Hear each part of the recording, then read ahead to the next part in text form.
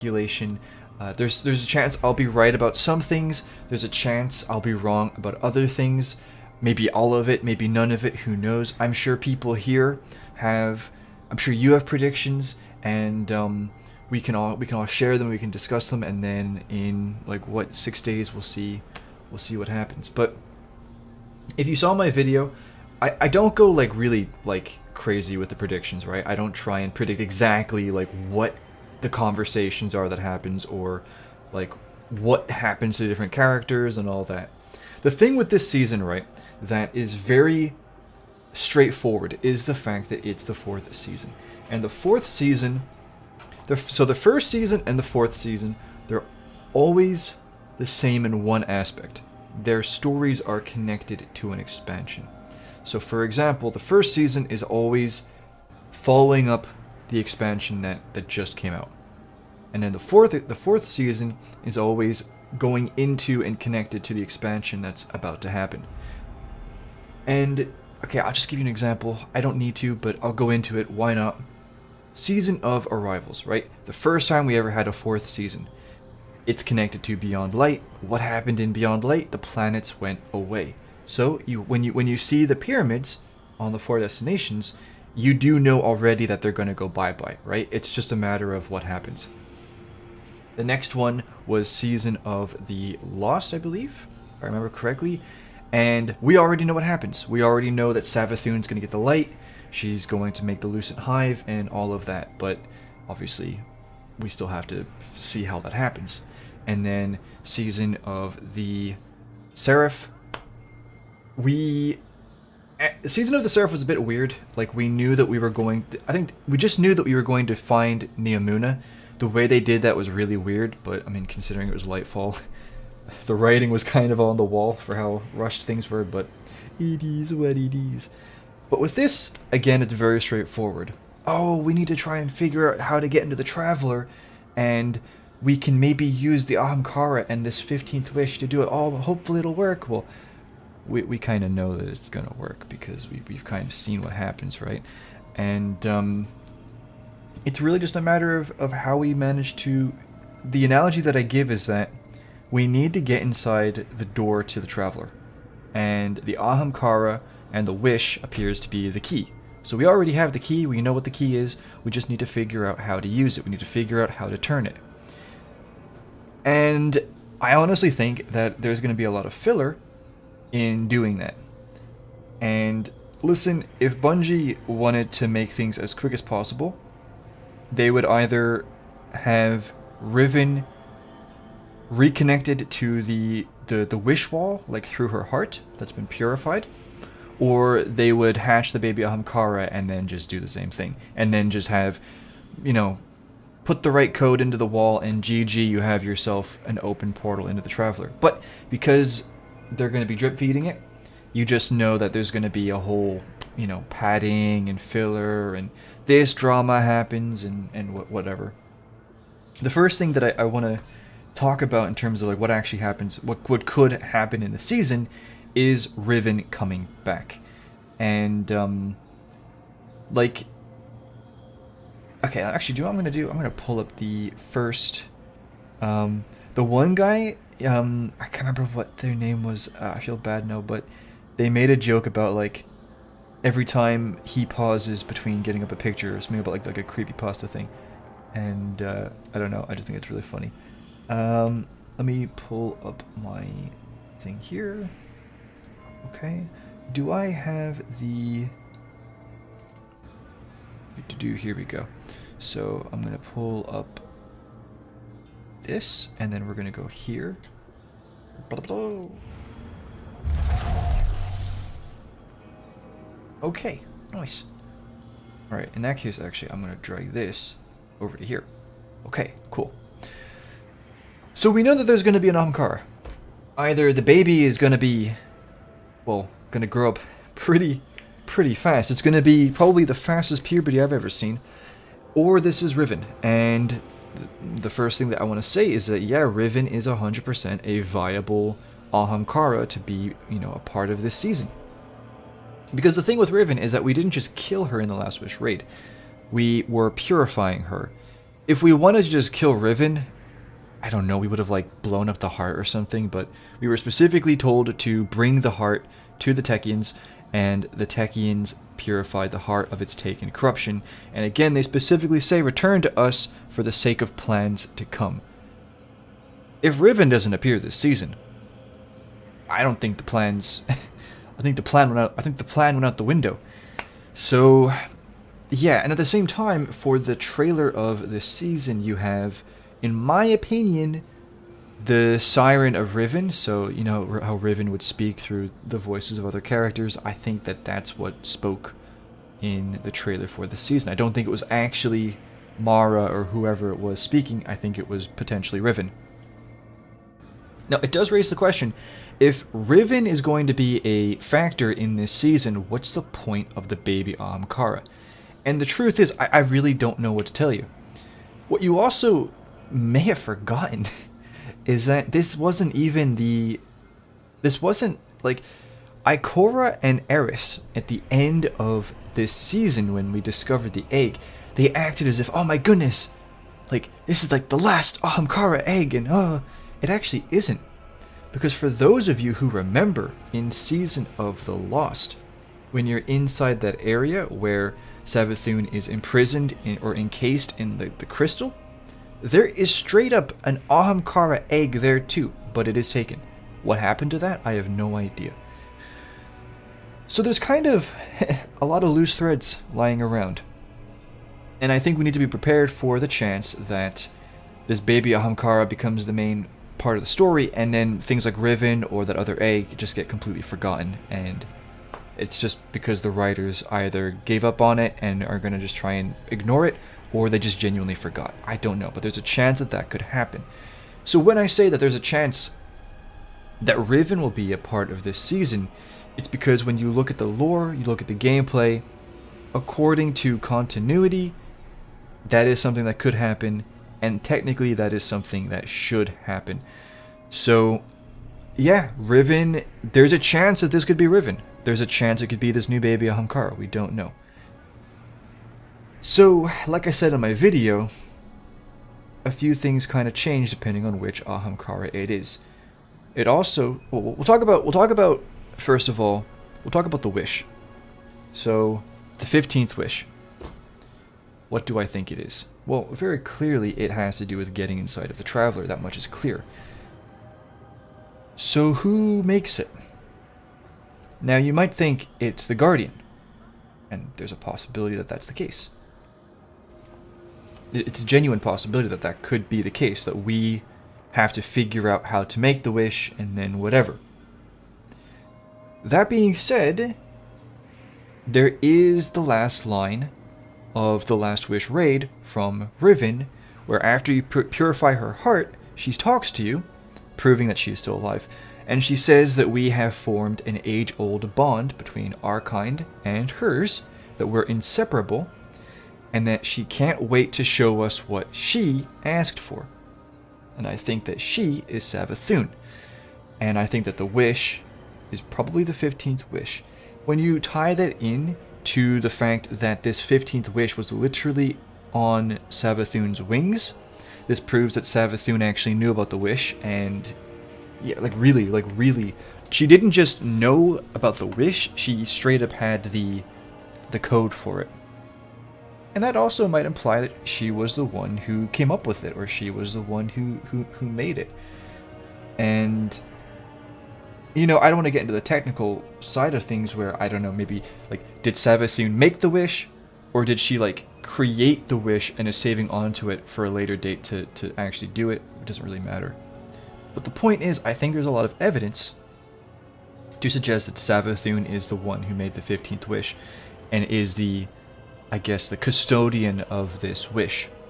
And I think here's what's interesting. If the 15th wish is from Savathûn, then not only does it kind of have to be Riven, because that wish was connected to Riven, but at the same time it does put a lot of power in Savathûn's hands. And you might think, well, we're kind of on the same side now, you know, like, why would she screw us over? I don't think she would screw us over. Like, let's say she has this 15th wish and she uses it as a bargaining chip, which, if she does have it, she very well may do that. I don't think she would screw us over, but we literally brought her back to life and then killed her off in Season of the Witch for the giggles, right? And now she's back. And now, it's kind of convenient that she's alive now for this season. If I was her, I would really be focusing on trying to just get out of the grasp of the Guardians and the city, because we're kind of just using her as a tool. And my guess is the most that she would do is leverage the wish in a way that would grant her freedom in the future once it's all said and done, or leverage it in a way so that we had to help her fight Xivu, which I don't think she would do, because we're gonna fight Xivu anyway. So there's the chance of that, right? It being connected to Savathun. But what about the Ahamkara? Which Ahamkara could it be, and then how would that affect the wish? So obviously, if it is Riven, then that increases, the chances of the whole Savathun connection. At the same time, would she give us a hassle? Would she be a pain in the butt to work with? Probably, in my opinion, probably. I feel like either way, there's going to be some kind of annoying filler going on. But we do have that bond with her. She made that very clear.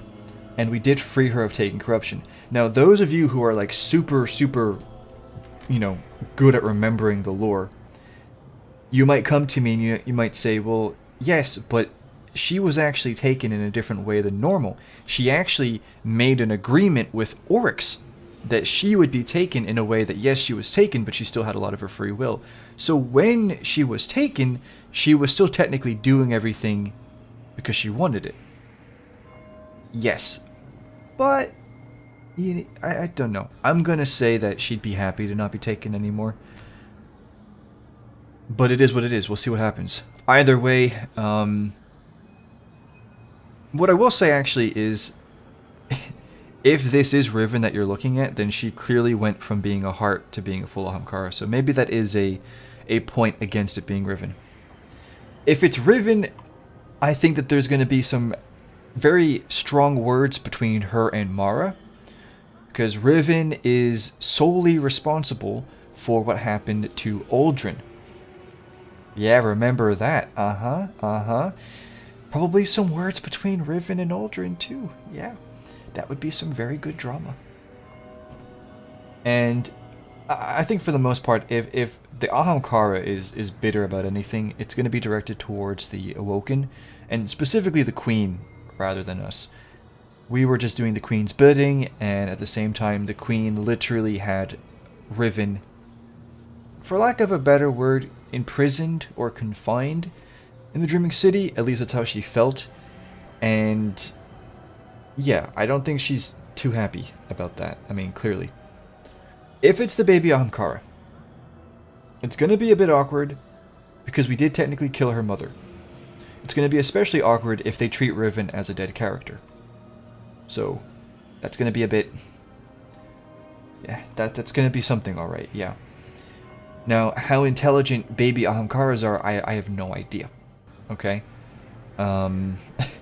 This could be a Baby Yoda thing where, like, it ages, like, it's a toddler by the time it's 60. Or it could be the opposite, where it ages, like, super quickly. Regardless, if you have a baby Ahamkara who doesn't really know what's going on, and we're just trying to shove this 15th wish into its face and be like, yeah, do the thing, do the roar. It's gonna take a while, I think.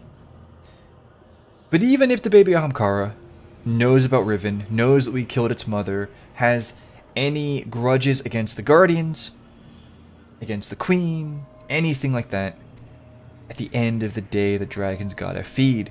And I think a wish made from a Guardian, and even Savathun is technically a light bearer too, right? So a wish made from a light bearer, let's put it like that, that has to do with the Traveler, which is like the big light. That's got to be very juicy for an Ahamkara. So I think at the end of the day, right, regardless of what Ahamkara we're working with, what drama takes place, I think that alone is enough to make them want to do the wish for us. So what I think is going to happen is very simple. We're going to begin this season. We're going to go in. We're going to cool cutscene. We're going to have a cool first mission.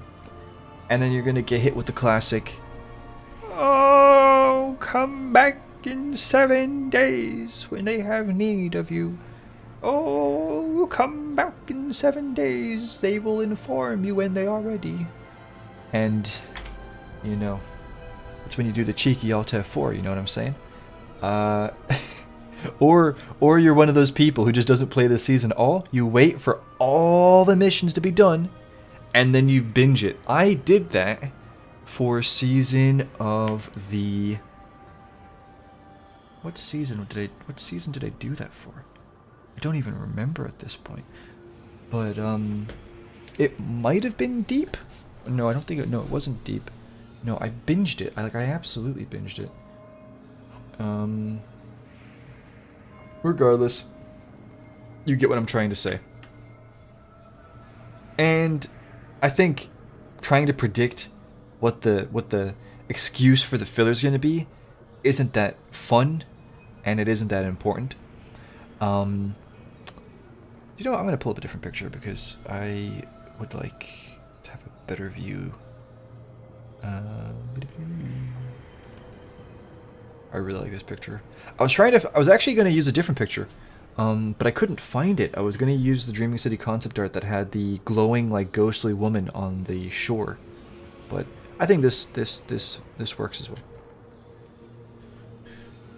Okay, so there's going to be filler. There's going to be a lot of filler. I mean, I think it's going to be a season of The Lost 2.0, where literally, like, all the important stuff happens day one, and Mara straight up says, yeah, we know exactly what to do, it just is gonna take time. And that's it. That's all they give you. And then it's just grinding and chores. I think it's gonna be the exact same thing. Listen, everybody knows we're gonna go inside the Traveler, right? There's no, oh, what if the Ahamkara thing doesn't work? What if the 15th wish is to bring back Oryx? No, we all know what's going to happen, okay? I would not be surprised if day one, they just set it out there, they flop it onto the table, and they just say, bro, you know what's going to happen, I know what's going to happen, we all know what's going to happen. We're going to make you wait 3 months to maybe even longer to find out how it's going to go down. So in the meantime, in reality, this whole use the wish thing, it doesn't have a lot of depth to it. It really doesn't have a lot of depth to it, because the Ahamkara is there, the wish is there, and, you know, it'd be one thing if the Guardian hadn't decoded the wish from Savathun's wings. And so, like, if half of the season was spent trying to decode the pattern on her wings to get the code, that would, you know, like, if they spent the season actually making the code and figuring that out, that's something. But we literally have the code. What is stopping me, okay, from shoving a USB into the Ahamkara and connecting it to the wall, and then typing in the code, and then just, that's it, final shape is coming early, boys. So what else is there? It's gotta be the Dreaming City story overall. It has to be. We've had to watch this city sit in an endless loop for so many years. I promise you, when we were playing Forsaken back in the day, none of us thought that we would be here this many years later. Oh, I wonder when, you know, you got a gray beard, you know, and you're just like, oh, maybe next year the curse will end. Yeah. Oh, grandson, I remember back in the day before the raid was finished and there was no curse. Like, that's the point that we're getting to, you know, and it hurts. I would like some closure. The curse has to end. There's no way that they don't end the curse. It's such an easy thing to do as well. Just make something up and like, just think about it, right? I know I don't have to convince anybody that this is the right thing to do, but let's just go through it. What caused the curse? The Three Musketeers. Okay? The Three Musketeers caused the curse. You had Riven, Savathun, and Quria.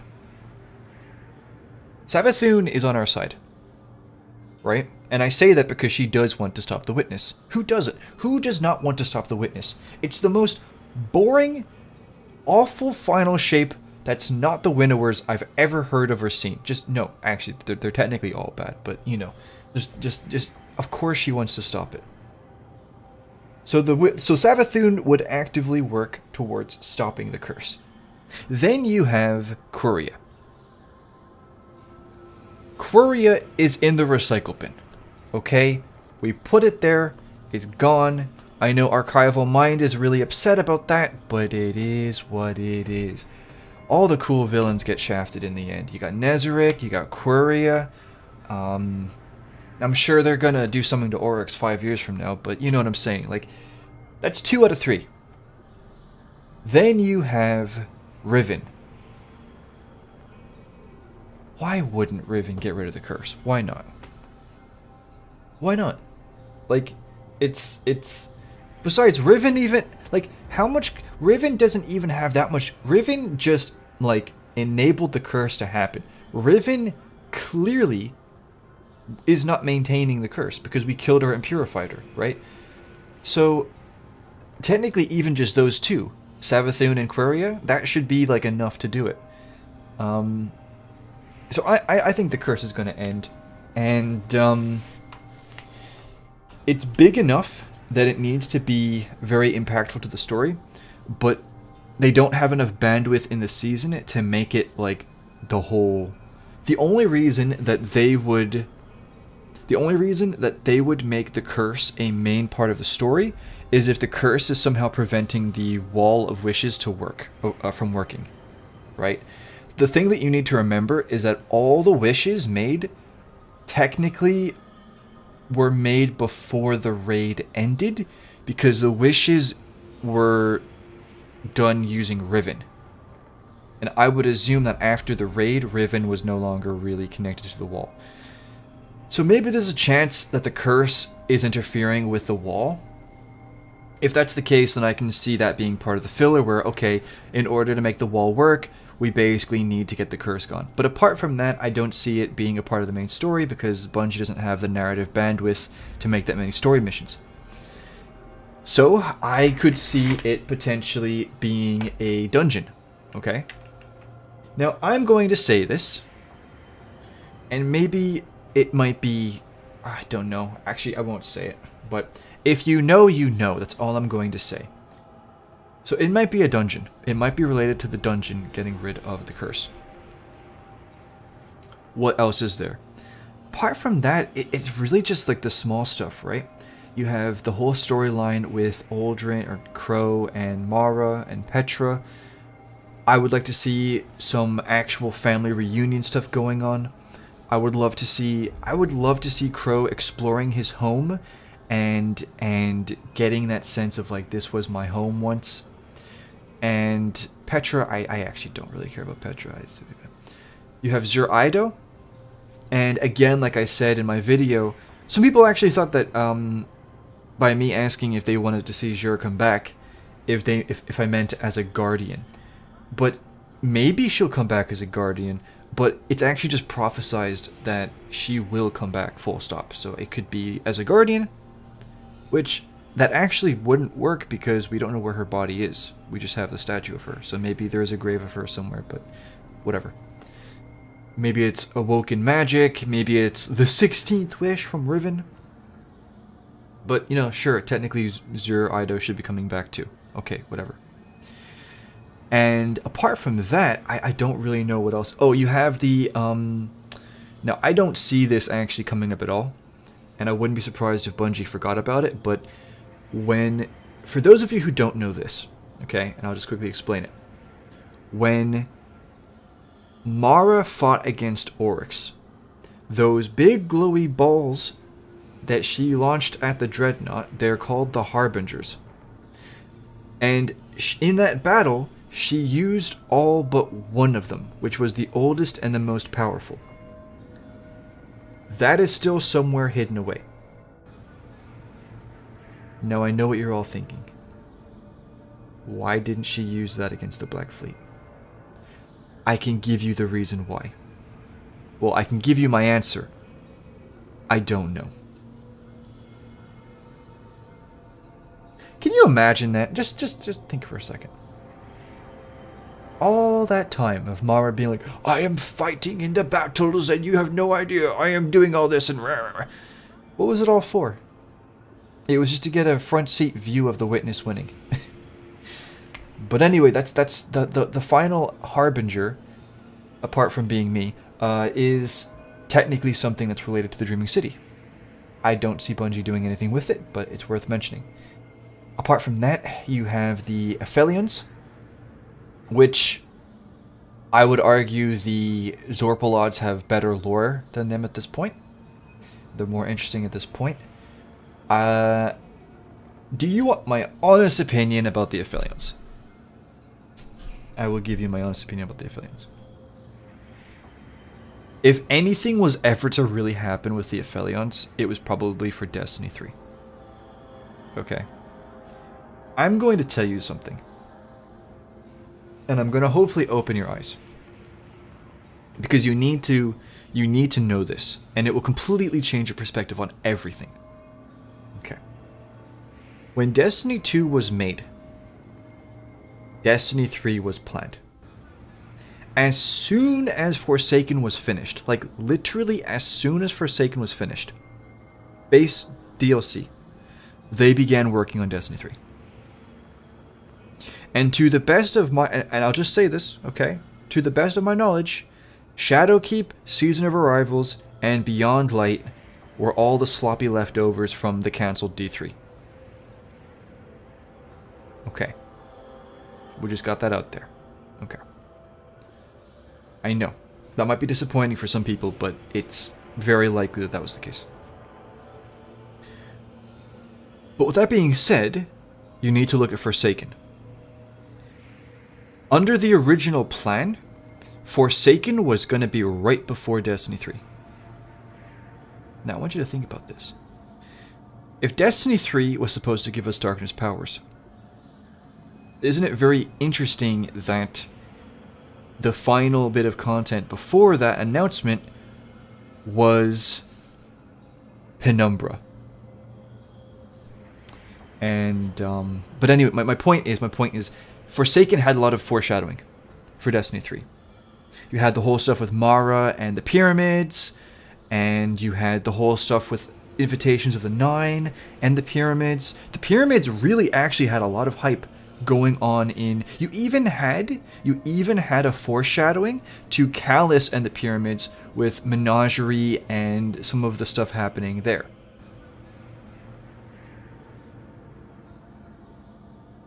So when I look at the Aphelions, man, I have a light and I keep on like knocking it off my desk and then catching it with my eagle reflexes. My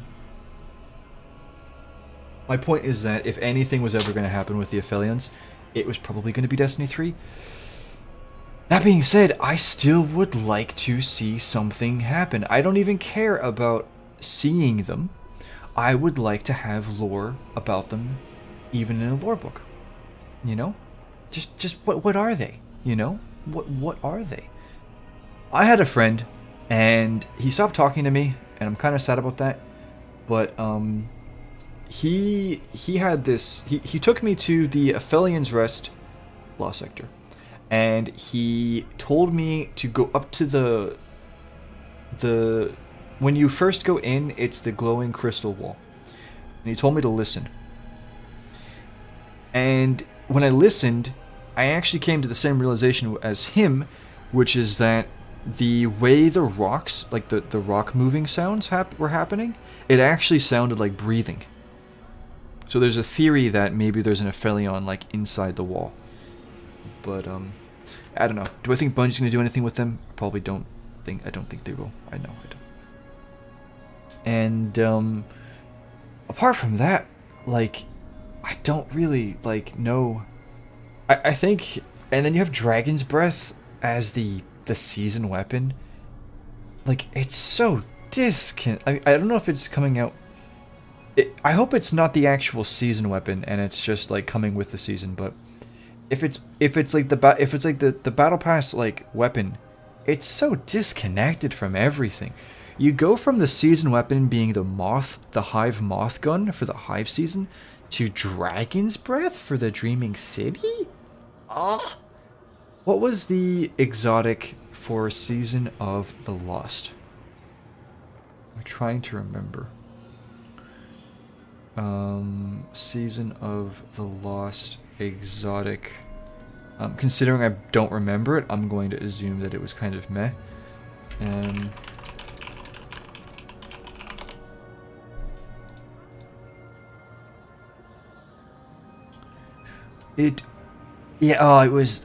Bro, it was the tumor.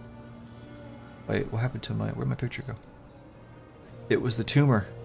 It was Lawrence Driver. Oh no. Wait, was it actually? Was it actually Lorenz Driver? Really? That's depressing, man. But, yeah, apart from that, like, I don't know what other, like, things are gonna happen. There's just no room for there's not much wiggle room. There might be stuff with Dolan Karu and Savathun, because Dolan Karu is actually... What picture is this? Oh, yeah. Yeah. So here you can see she's like, my oath still stands. I will rise again. Okay, if you say so. I loved this picture too. Bro, Aldrin was just better. I'll just say it. But, apart from that, guys, I don't really have much to say. I'm sure we're gonna get Battlegrounds. Now, as for what, like... And this is... I'm not really good at this, right? I can't tell you really about, like, trying to predict what the activity is gonna be like, or... Excuse me, like the Battleground, or like the upgrade system. I think that it will be better than normal. I think that Season of the Witches system was really cool. No, I think the card system was awful. The card system was completely pointless in the end. At least for me. But it was still something different, and so my guess is that Season of the Wish will have something different. And it could be really cool. But apart from that, I don't really know. And with all that being said, I think I'm gonna close my piece off there, because that's just everything I can tell you. Yeah. So GG.